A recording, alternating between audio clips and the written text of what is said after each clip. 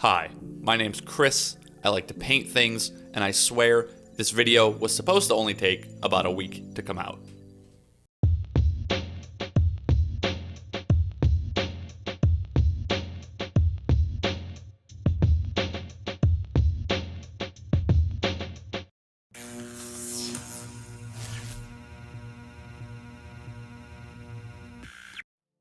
I've been inspired by a lot of YouTubers to do some world building.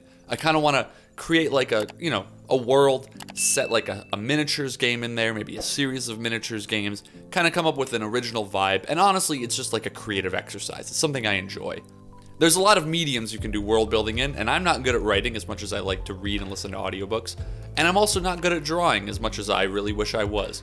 But what I'm not bad at is painting miniatures. So today, we're going to take some junk, we're going to take a couple of miniatures, and we're going to start a series where we build little dioramas to tell stories and world build together. Do you like the sound of that? If you like the sound of junk building and scratch building and kit bashing, and you want to hear a fun little story along the way, well, this is the series for you. Maybe we can even collaborate and build the world together. What do you say? So over the last year, I've been kind of building a few factions for the game. I've never loved the idea of forcing you down the pipeline of required factions, but I have been using Stargrave kits to build a couple different teams and vibes and kind of find what I'm looking for in this world. This specifically is the Stargrave Crew 2 kit, I want to say, and some heads from my female Warhammer videos that a lot of you still like to comment on how much you hate. We're not going to go into that today. Today we're just going to chill and we're going to build a lady out of Stargrave bits. These kits are really versatile, and if you saw one of my recent videos on Stargrave Scavengers, you'll know how modular they are and how easily they connect up. For this kit though, I did opt for a different head. I don't remember where I got this head, but somewhere on Etsy, and I also took the face of one of these Stargrave kits and sliced it in half. Kind of felt like I was going to get put on a list for this one, but this created the headset that we need to build our character. So I found a pack of these little wooden circles at the store. They're like 3 or so inches across, 3-4 inches across, and they actually were the jettison for the idea of building these little dioramas. I figured all I have to do is cut up some scraps of foam and build a little bit of terrain, and then I'm going to slap some characters on. I did this with very little idea of what direction I was going to take this build. I didn't draw up plans, there was no diagram. I just took a bunch of things that I learned from watching other people on YouTube and applied that to this, this concept. One of the best ones is how you deal with foam like this and how you kind of create nice rocky textures on the side of foam. There's 105 channels that I could link you that I learned that from, but it's a great tip. And then again, without having much of a plan in place, I kind of just glued these down into little chunks to make, little islands or some ground texture. I don't know. I was kind of making a circle and trying to form it as I went. Didn't have a plan. I don't know how many times I can reiterate how little planning went into this build, for better or worse.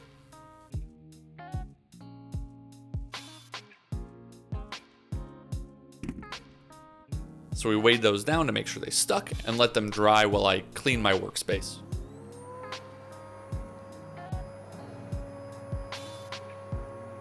So I found this from a fancy store. I don't know if your state or country has the stores that sell these things, but I was really inspired by this piece, and not based on the contents inside this piece. I decided to turn it into a little generator with just a couple of spare bits. Didn't really feel like I needed to go over that, and again, I used some little nail art beads to do some rivets, added on a couple of pieces to just build some sort of machinery. And then I took that machinery plus an old kit that I forgot to show you in this video. It's just like a $2 Ender Toys bit I bought off Amazon for nothing, and some texture paste, and just kind of slapped it all together. It's all glued down and then texture pasted in and holds very, very well. Now, I didn't love the texture on top of these. I do regret this step in hindsight because I don't think I have good enough sand for diorama scale modeling, but I digress. I took a bunch of sand, different granules of sand, and some watered down glue, and I built myself a top crusty layer. I used a brush to kind of press everything in place and make sure none of the sand was going to get away after it all dried. Now this is going to take about 12 hours to dry, so you're going to want to leave it overnight.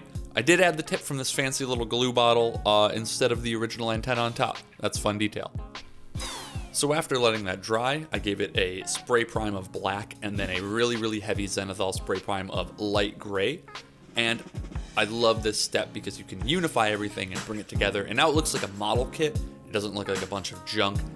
This is going to be machinery left kind of in the wilderness to be discovered. So I wanted to have a really rusty underbase. And I also want to keep the painting on this cheap and effective. So we just mixed together, like wet blend, two craft paints, a really vibrant orange and a really like deep, rich red. And we're just going to make a crusty, rusty underbase. Very, very easy, but does take a little bit of time to dry.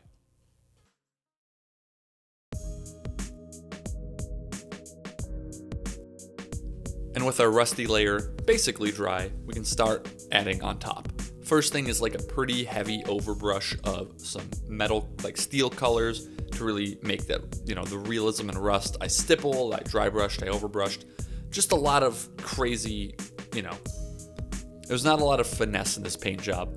A lot of stippling, a lot of, you know, quick and dirty techniques. And I think sometimes that sells it. It also is a nice change for me rather than doing a bunch of edge highlighting and stuff. I can just go in and slap a product with paint. Now I'm going to use some fancy hobby paint. We're going to break into our Pro Acryl green paint, and we're going to do the coveted technique of all scratch builders out there, which is you just paint everything except like the edges of a piece. It's surprisingly quick when you're, you know, not worried about perfect coverage on the first pass, and if anything, the lack of that actually makes the piece look a little bit better. That rusty undertone is going to do a lot of work for us, but you can always punch it up by doing a little bit of highlighting. Nothing fancy. I honestly wanted to try and get this project done in 2 to 3 sittings. So there's a sitting of building, a sitting of painting, and then there'll be a third session where I do the miniatures and the detail work. So this is like a real quick process, I guess is my point. And it's really, really fun to try out these techniques I only ever see in YouTube videos. The best technique I see in YouTube videos is snap and paint all of your base coats. That's a really, really easy one. I decided it wasn't worth going into really much of the base coats because it's just the same thing you saw before, and then kind of unifying everything with a gigantic paintbrush covered in hair. A good part of this step is that we can break off any of that sand that's not going to stay on later, and we already know that it won't fall off because it already fell off. We knocked it off ourselves. This toasty marshmallow unifying dry brush though is very, very key to bring out detail, especially when we slap on a really disgusting slurry wash that I have. I recommend any scratch builder or terrain maker have just a big bottle where they keep all of, basically a disgusting brown black wash. Put all your old paints in there, all of your old washes. Try not to get it on your fingies, but it's great for covering a piece and just lathering it and really not giving a crap because it's not your precious strong tone. Boy, that looks pretty good, right? Then I went back and did a couple more details. I really don't feel, again, that I need to go into these, but I did some highlighting and kind of brought the paint job back up after the really dark unifying wash. I originally was going to do like a blasted desert for this, but I've decided that this world isn't a blasted desert. It is a wasteland, because any good miniatures game takes place either in a city, a green field if it's 1980, or a blasted desert wasteland. I'm actually going to kind of go with like a more of a lush wasteland, so I decided to go, do a couple more layers on top of that brown, because I didn't just want it to be mud swamp, but I didn't want it to be like sand. I want it to be a bit more lush, a bit more of like a temperate zone, like just, I don't know, a place with grass. So I raided my wife's craft desk and stole a bunch of plant life. I made sure that the cat was there, so I had an alibi and also someone to pick out a color palette of plants for me. And we settled on these. Thank you, Moxie. I don't do a lot with grass. Grass is tough. Even in my Blood Bowl video I did recently, I didn't like how the grass in that video came out. It's easier to put everything in a dark, dusty wasteland than it is to like make it lush and green. And realistic isn't the right word, because I've never gone for realistic. Whatever this machine is, I've never seen one in real life, so I wouldn't call it realistic. But, chuck down a couple of plants, a couple of flowers to add in some color and make this look, again, less like a depressing, dark, dusty wasteland. My thought on this was to make my own frosting, I guess, out of plant matter with glue. And it worked well enough, but I'm sure there's, better ways to do this. Next time I'd probably dump the glue down and then dump the grass on top. Either way, I sealed everything in with some more of that watered down white glue. And I left that to dry. I was really, really liking the direction this piece was going in as soon as I got the grass down. Oh, and we added a little bit of like lichen and a couple of tiny pieces just to add some detail. Now again, that needed to dry for a good 12 hours. Now while all that glue was drying, I decided it was perfect time to paint the miniatures. Now I'm not gonna go into like how I painted the miniatures because I don't think I really do anything fancy, but that is my color palette. It's pretty dark with some vibrant neon tones on top. Rather than, take the time and explain the painting process, there's tons of other YouTube videos for that, I kind of wanted to set up the game. The game and world tentative working title is called Slaughterpunk Renegades. That's right, Slaughterpunk Renegades is a violent, tactical skirmish game set on the Slag, a doomed continent hewn from the mainland and left to rot. Here, roving gangs of punks have repurposed military technology to wage war, gain territory, and fend off the harsh creatures of this newly risen desert. Several decades ago, mile-high spires erupted from the earth along tectonic faults. Unprecedented earthquakes brought untold catastrophe to the planet and the continent. The Slag, a massive swath of land home to untold millions, was severed from its mainland and dragged hundreds of miles into the ocean. Violence was inevitable. At some point, government agencies sent relief through military occupation. Most of this force was made out of peacekeeping drones piloted by human brains in jars. Think like the robots from the third Matrix movie, but if instead of people in those things, it was just floating brains in jars. Didn't take long for the punks of the Slag, the punks being the citizens, to just start stealing them left and right. They took all of these things that they called brains, these machines, they co-opted them, they reprogrammed them, they sprayed graffiti all over them, they took them as their own in order to be the powerhouse of their gang. If you didn't have a brain, you weren't gonna make it that long on the Slag. The Slag is full of mutants and violent assholes and giant robots, and it's honestly I won't say it's a good time, but it's an interesting time. I want to go for not a blasted Mad Max style desert, but more of a lush, diverse continent. Imagine if that theoretical earthquake literally ripped California off of the mainland United States, and then they sent a bunch of robots there and all the Californians just stole the robots and started fighting each other over them. That's pretty much this game. That's at least the setting. I have a little bit of concept art. I want to build some of these brains. I have a couple factions designed. I have interesting rules, I think, for factions. I don't think factions are set in stone like you have to play as Space Marines. I'd love it if you created your own factions within a set of parameters. And here we have one punk and one brain. Now this brain is just a Reaper Bones model. It's definitely nowhere near what I want the brains to look like, but it's a start. Now after the glue dried, I was a little upset because it left behind a crust, which I didn't think was going to happen because usually glue dries pretty white or clear. It dried white in this case.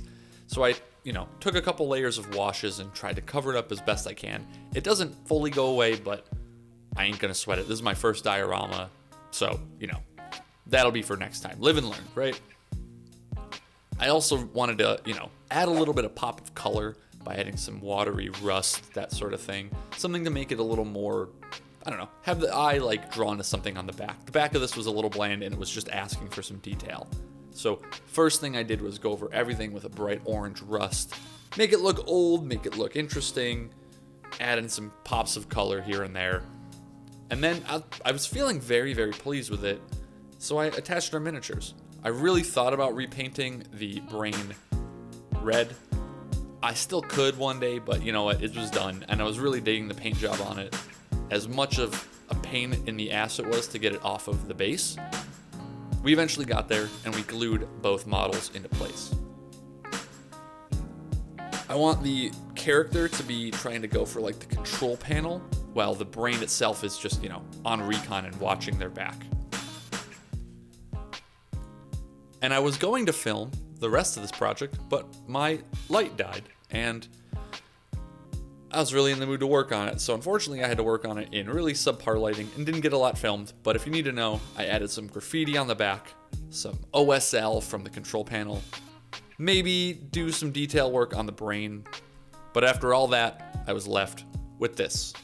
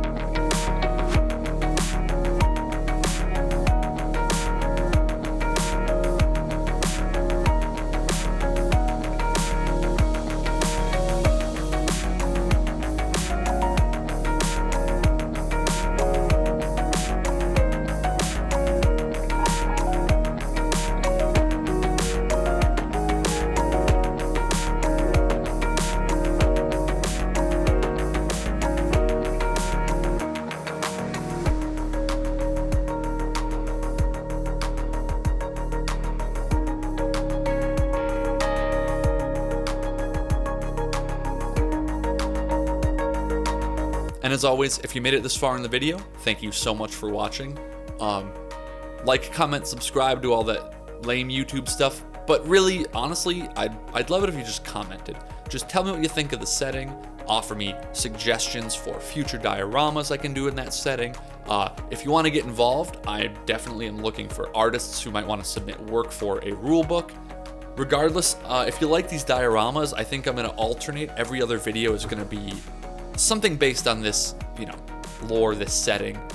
And then the other half of videos will be whatever else I'm doing. So it'll be Warhammer and all the usual good Warhammer, Battletech, all that stuff. We're going to try and alternate so that no one ever watches because they have no idea what the heck I'm talking about when I start talking about brains and robot jars. If you like the sound of all this, I'm on Instagram now. That's where I'm going to be posting some lore, doing some world building. Regardless, I'm Chris. I like to paint things, and have a good one. Or don't, as always. I'm not your boss. I just really like it if you at least had a good rest of your day.